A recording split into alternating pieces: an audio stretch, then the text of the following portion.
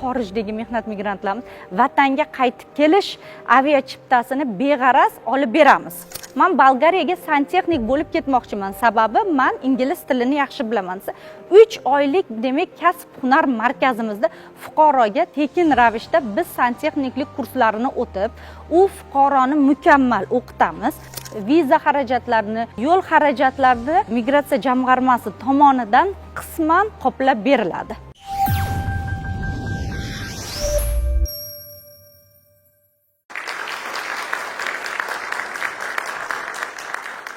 Tasavvur qiling, ikki eshiklik bir yo'lakda turibsiz.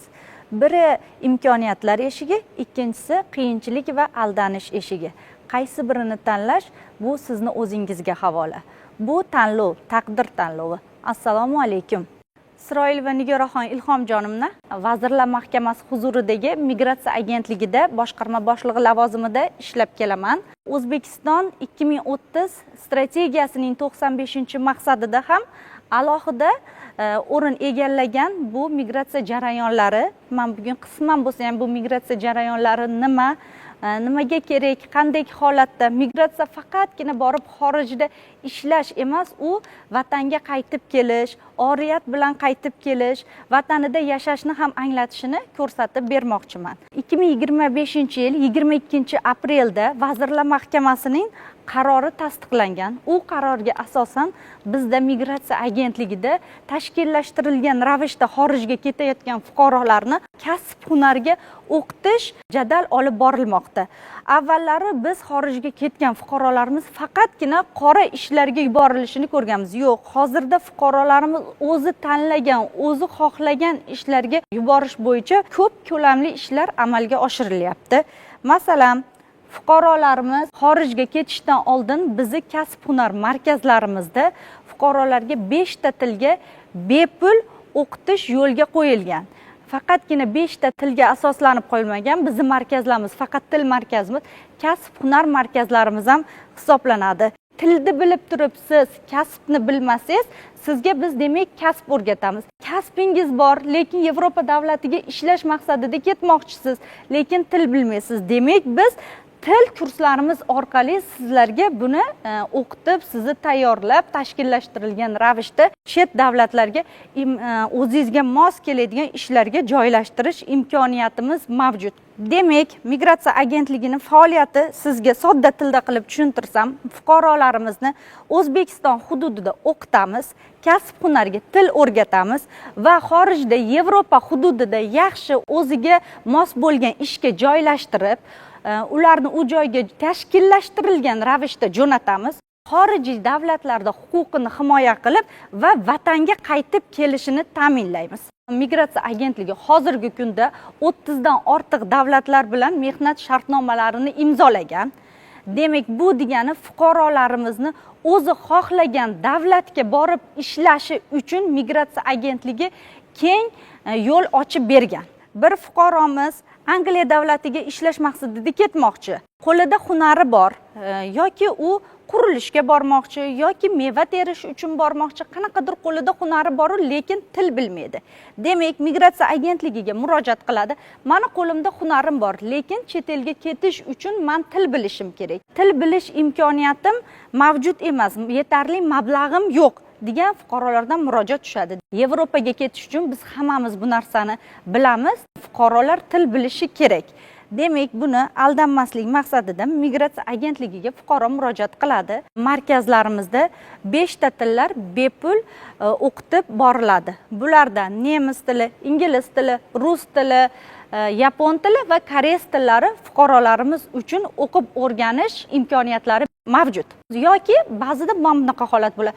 Fuqaro tiliga sertifikat bor, ingliz tilini, rus tilini yoki nemis tilini mukammal biladi-yu, hunari yo'q.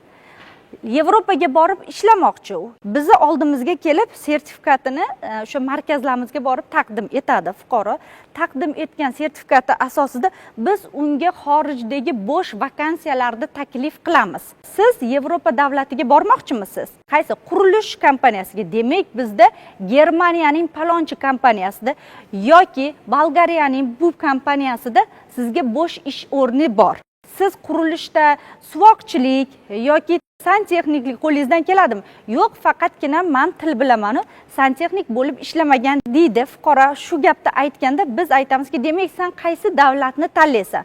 Men Bolgariyaga santexnik bo'lib ketmoqchiman. Sababi men ingliz tilini yaxshi bilaman. 3 oylik demak kasb-hunar markazimizda fuqaroga tekin ravishda biz santexniklik kurslarini o'tib, u fuqaroni mukammal o'qitamiz. O'qitgandan keyin u fuqaroni vizadan tortib mehnat shartnomasini olgungacha bo'lgan yordamlarni berib, o'sha joyda o'ziga jo'natib, fuqaroni har doim huquqini himoya qilib jo'natamiz. Migratsiya agentligi tomonidan barcha ko'rsatilayotgan yordamlar O'zbekiston 2030 strategiyasining 95-maqsadi tashqi mehnat migratsiyasi tizimini takomillashtirish, xorijda mehnat faoliyatini yuritayotgan fuqarolarga har tomonlama ko'mak ko'rsatishga muvofiq amalga oshirib borilmoqda.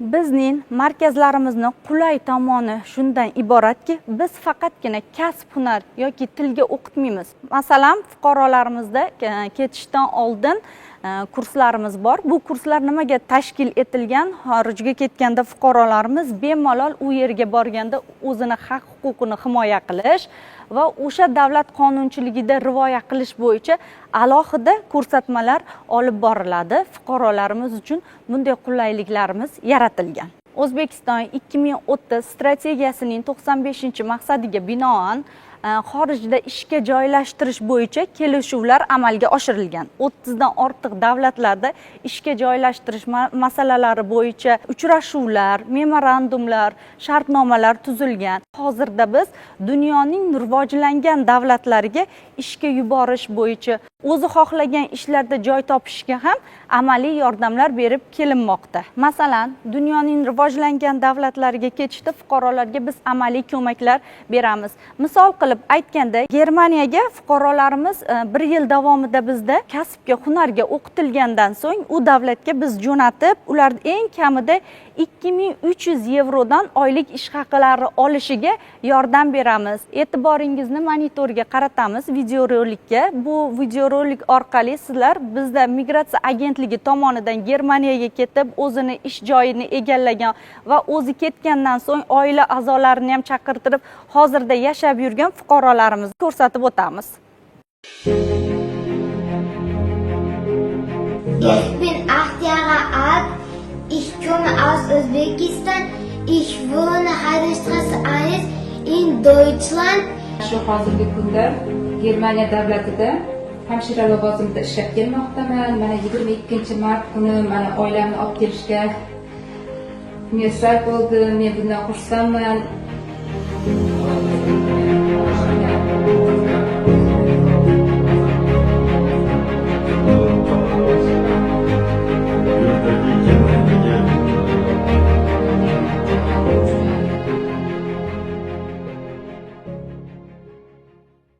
Mana videoda ko'rdingiz, fuqaromiz hamshiralik bilan shug'ullangan O'zbekistonda migratsiya agentligiga Germaniya davlatiga ketish uchun murojaat qildi va biz unga til kurslarimizni taklif qildik. 1 yil davomida B2 sertifikatga ega bo'lgandan so'ng fuqaromiz Germaniya davlatiga hamshiralik sohasiga ishga yuborildi.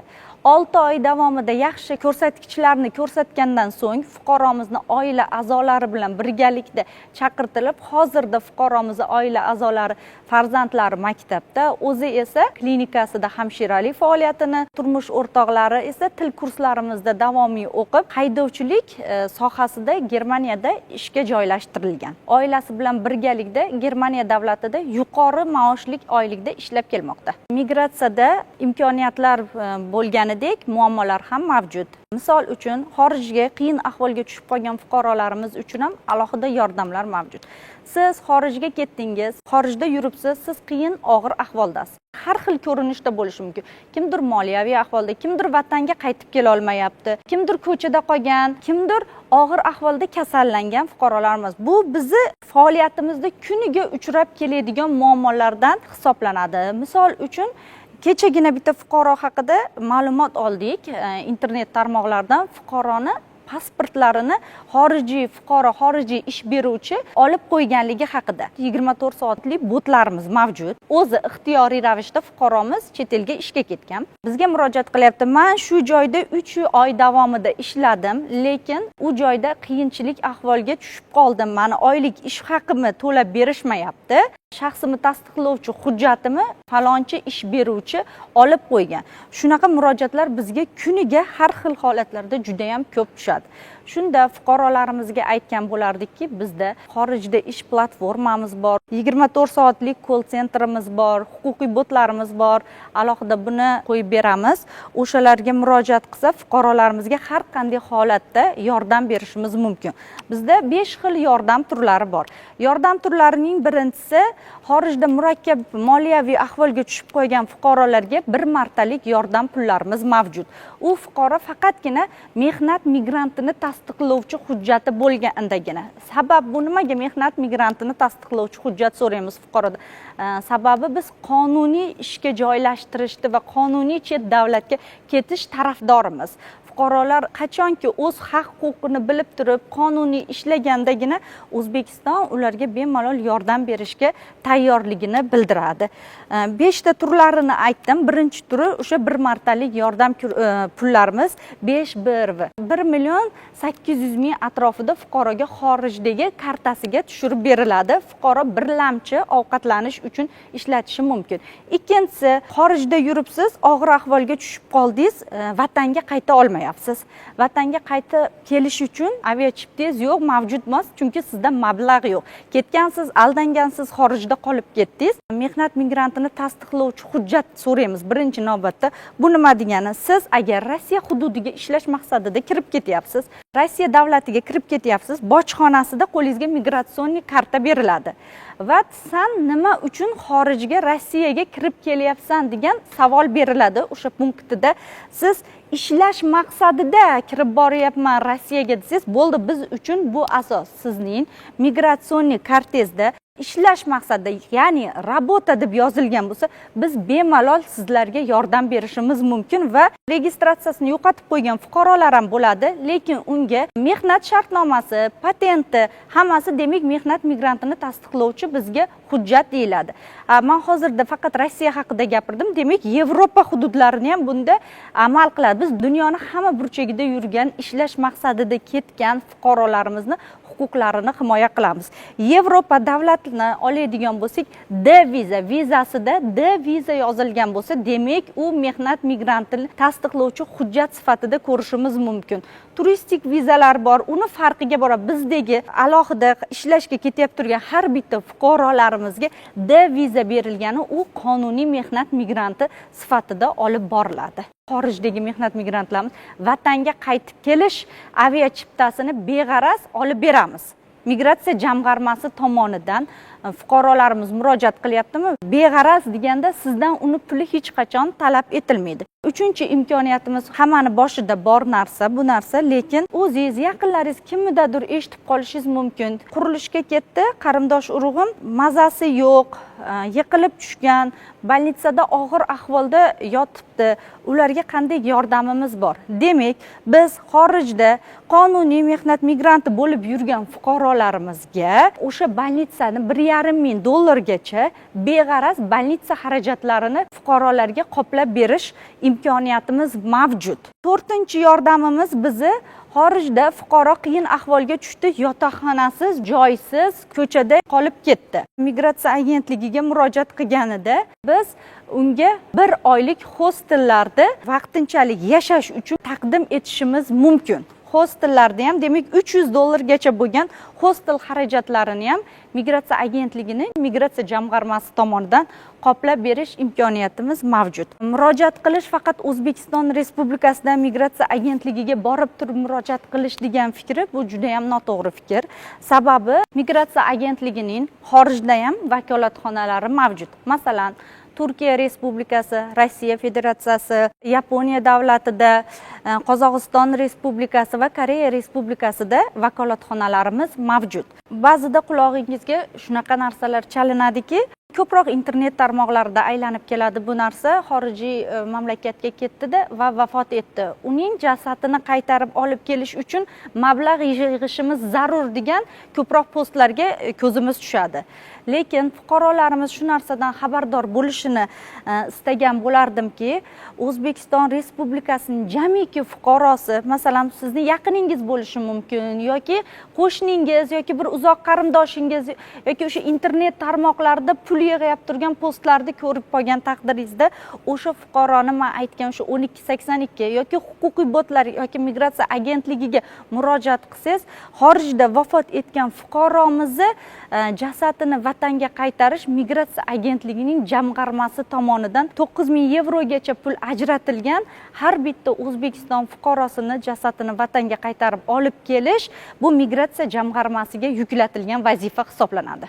Vakolatxonalarimizga qanday murojaat qilish mumkin? Bizning migratsiya agentligiga, kol markazimizga 1282 nomerga tekin qo'ng'iroq qilish dunyoning har bitta burchagidan amalga oshirish imkoniyati mavjud.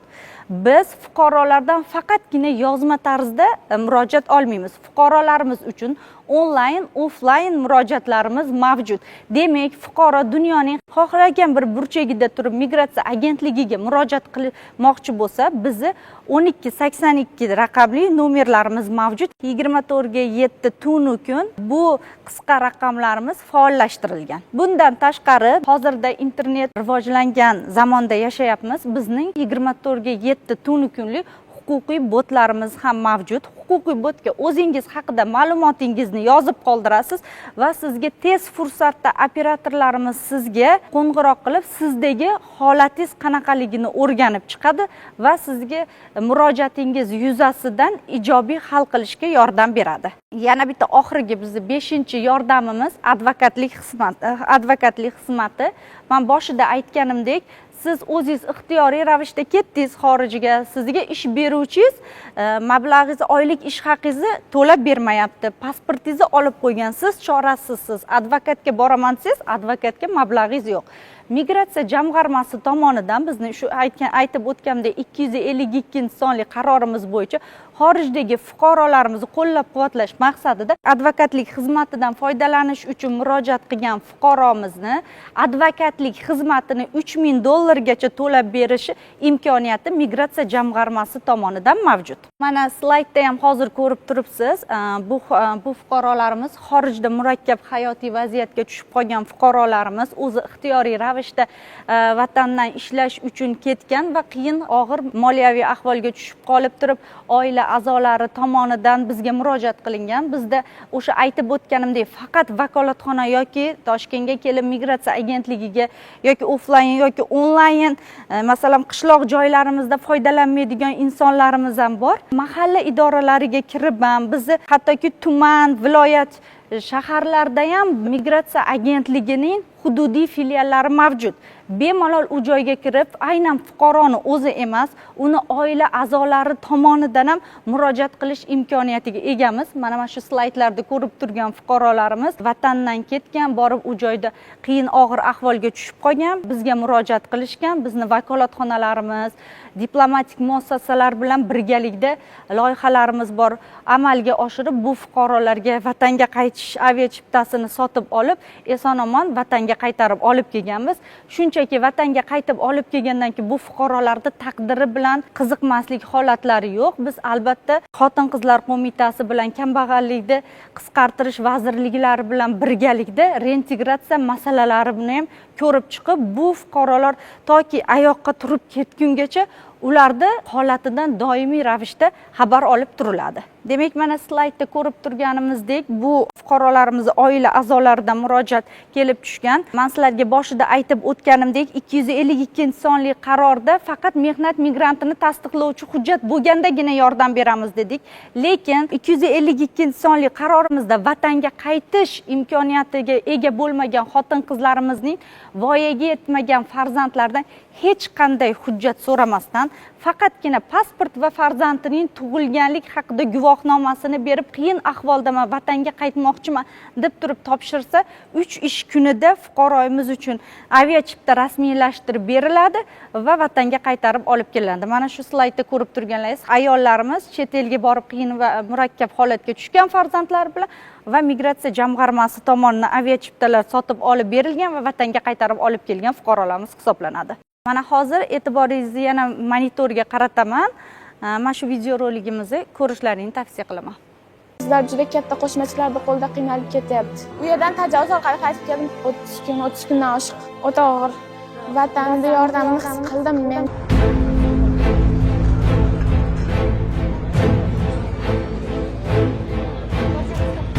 Bugun mamlakatimizga qaytarilayotgan fuqaromiz og'ir jinoyat, ya'ni odam savdosi jinoyatini qurboniga aylangan. Ushbu fuqaro bugun Turkiyaning Anqara shahridagi vakilimiz tomonidan O'zbekistonga qaytarildilar. Agar o'zlari rozi bo'lsalar, intervyu olishga harakat qilib ko'ramiz. O'zingizni qanday his qilyapsiz?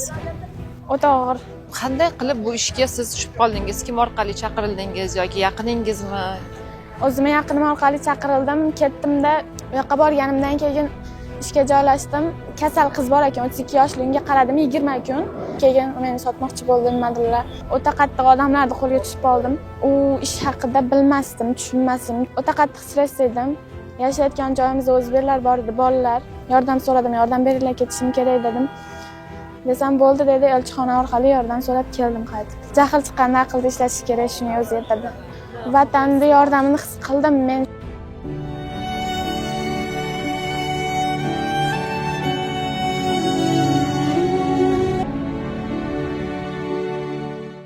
Hozir ko'rgan videoroligimizdagi 18 yasharlik qizimiz Turkiya davlatiga oila a'zolari bilan ozgina kelishmovchilik oqibatida achchiq tariqasida kimgadir ishonib chiqib ketgan. Chiqib ketib u joyga borib odam savdosi qurboniga aylangan. Migratsiya faqatgina ketish, yuborish emas, o'zini fuqarolarini haq huquqini himoya qilish bilan ham, odam savdosiga qarshi kurashish bilan ham to'liq doimiy ravishda profilaktik ishlari olib boriladi. Vakolatxonamiz tomonidan, mahalladagi xodimlarimiz tomonidan ham o'qitish, ko'niktirish markazlarimiz yoki yuborishdan oldin o'qitib turgan fuqarolarimizga odam savdosi qurboniga aylanmaslik yo'llari alohida darslik sifatida o'tkazib olib boriladi. Xuddi shu qizimiz bu ixtiyoriy ravishda o'zi ketgan va 18 yasharli qizimiz odam savdosi qurboniga aylangan. Bizni vakolatxonamiz tomonidan bu qizga borib joyida qutqarish ishlari boshqa tegishli tashkilotlar bilan amalga oshirib, hozirda vatanga qaytarib olib kelganmiz. Bu qizni alohida bir kurslarga va kasb-hunarga taklif qildik. Hozirda bu qizimizni o'zimizni o'qitish markazimizda o'zini qiziqishi bo'yicha ingliz tili va sartaroshlik kurslarida o'qitib kelyapmiz. Tashkillashtirilgan ravishda o'qitilayotgan turgan va ishga yuborilayotgan turgan fuqarolarimiz uchun ham alohida bir yangilik sifatida shuni aytib o'tishim mumkin. Migratsiya agentligining o'qitish markazlarida o'qiyapsiz, sizda mablag'ingiz yo'q. Tashkillashtirilgan ravishda ketyapti turgan fuqarolarni viza xarajatlarini, yo'l xarajatlarini migratsiya jamg'armasi tomonidan qisman qoplab beriladi.